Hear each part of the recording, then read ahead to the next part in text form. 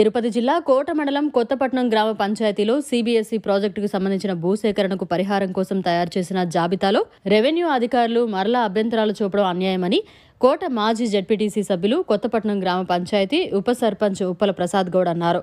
కొత్తపట్నంలో భూసేకరణలో భూములు కోల్పోతున్న రైతులతో కలిసి ఆయన మాట్లాడారు. కొత్తపట్నం గ్రామంలో అందరూ సన్న చిన్నకారు రైతులే ఉన్నారని అందరికీ న్యాయం చేయాల్సిన అవసరం ఎంతైనా ఉందన్నారు.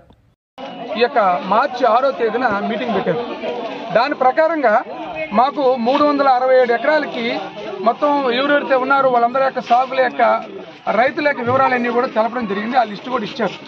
అయితే ఈరోజు మన తహసీల్దార్ గారు వచ్చి ఫైనల్ లిస్టు అని చెప్పి ఒక లిస్టు తీసుకొచ్చారు. దాంట్లో 124 ఎకరాలు మాత్రం ఎటువంటి అబ్జెక్షన్స్ లేవు. సుమారుగా 250 ఎకరాలకి అబ్జెక్షన్స్ వస్తున్నాయి. ఈ 250 ఎకరాలు కూడా అబ్జెక్షన్స్ ఎందుకు వచ్చాయో, ఎవరు ఏం చేశారో ఇవన్నీ కూడా మేము గత ఇంకొక 2-3 రోజుల్లో మళ్ళీ ఒక నివేదిక వచ్చి వాళ్ళ యొక్క టీం వచ్చి చేస్తామని చెప్పి అంటున్నారు. బాగానే ఉంది. కానీ మాకు ఇక్కడ ఏంటంటే అభ్యంతరాలు ఏంటంటే, ఇక్కడ ఉన్నటువంటి రైతులందరూ కూడా గత 20 సంవత్సరాల నుంచి విసిగి వేసారిపోయి ఉన్నారు. ముఖ్యంగా ఈ యొక్క భూసేకరణ విషయంలో ఎక్కడ కూడా ఒక న్యాయం అనే విధానం లేకుండా పోతా ఉంది. ముఖ్యంగా ఈ యొక్క ప్రభుత్వం వచ్చిన తర్వాత ఏదో అందరూ కూడా ఆశపడి ఏదో విధంగా మాకు అమౌంట్ ఇచ్చేస్తారని చెప్పినటువంటి పరిస్థితిలో ఉన్నప్పుడు ఈ యొక్క విధానంలో అంతా కూడా తప్పులు తడగ్గా ఉంది. 367 ఎకరాలు ఎక్కడ, 124 ఎకరాలు ఎక్కడ, 250 ఎకరాలు, సుమారుగా 300 ఎకరాలు టోటల్గా దీన్ని పెండింగ్లో పెడుతున్నారు. ఇక్కడ ప్రాబ్లం ఏంటంటే పెండింగ్లో పెడతారు, బాగానే ఉంది.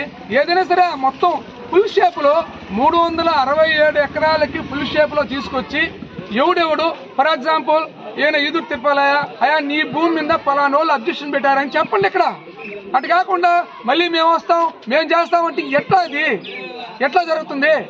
దయచేసి ఎంఆర్ఓ గారు, తహసీల్దార్ గారు మాకు న్యాయం చేయాలా?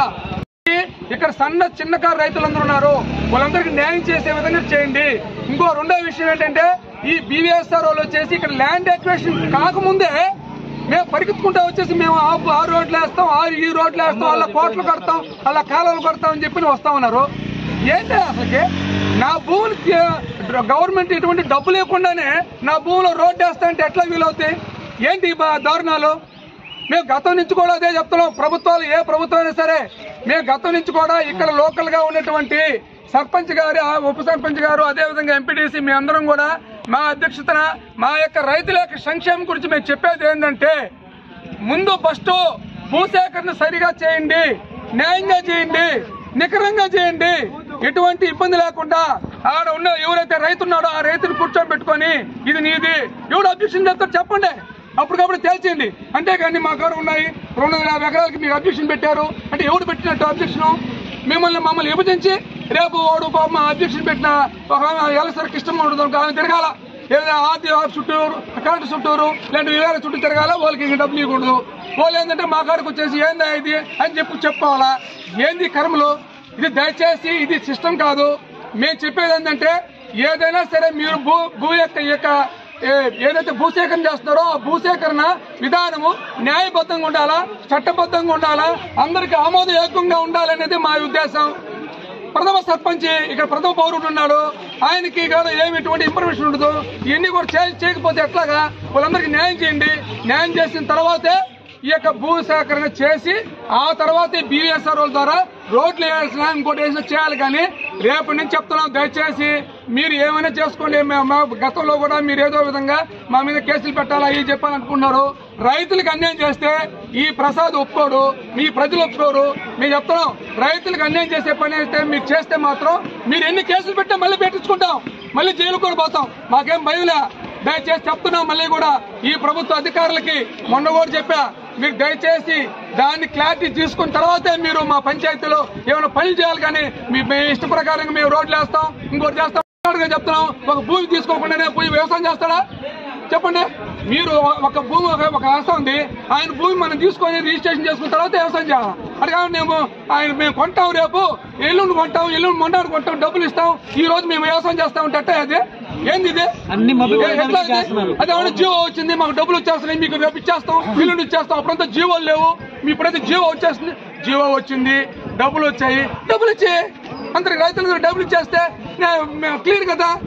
ఈ భూసేకరణ సజావు జరగదు కదా. ఒకరికి ఇస్తారు ఒకరికి ఇవ్వకుండా పోతే ఎట్లాగది? మీరు ప్రజలారా మీరు ఆలోచించుకోండి. దయచేసి ఈ మీడియా రూపంలో నేను చెప్తున్నా, ఈ యొక్క అధికారులు మాకు అన్యాయం చేస్తున్నారు. మా కొత్తపట్నం పంచాయతీలో ఈ సిబిఎస్ ప్రాజెక్టు వచ్చినప్పుడు నుంచి ఈ పంచాయతీలో ఉన్నట్టు రైతులందరూ కూడా నిద్రాహారం లేకుండా జీవిస్తున్నారు. ఎందుకంటే ఎప్పుడు వస్తాడో ఎప్పుడు ఏం చేస్తాడో ఈ భూమిని వ్యవసాయం చేయకుండా పోతున్నారు. వ్యవసాయం లేకుండా ఈ రోజు ప్రతి ఒక్కరు కూడా ఇబ్బంది పడిపోయేటువంటి పరిస్థితి మా కొత్తపట్నం పంచాయతీలో ఉన్నారు. దయచేసి ఇదంతా కూడా పరిశీలించి తగిన న్యాయం చేయాలని చెప్పి పై అధికారులు కూడా కలెక్టర్ వరకు మేము వివరిస్తున్నాం. ఈ యొక్క విధానాన్ని మీరు తీసుకోవాలి. ఇక్కడ ఉన్నటువంటి రైతుల యొక్క ఆవేదనని మీకు గుర్తించి మాకు సరైనటువంటి న్యాయం చేయాలని చెప్పని మేము కోరుకుంటూ ఈ మీడియా రూపంలో ప్రతి ఒక్కరు కూడా ఈ మీడియా రూపంలో తెలియజేసుకుంటున్నాం. మరిన్ని అప్డేట్స్ కోసం మన HN9 టీవీ ఛానల్ ని సబ్స్క్రైబ్ చేసుకోండి.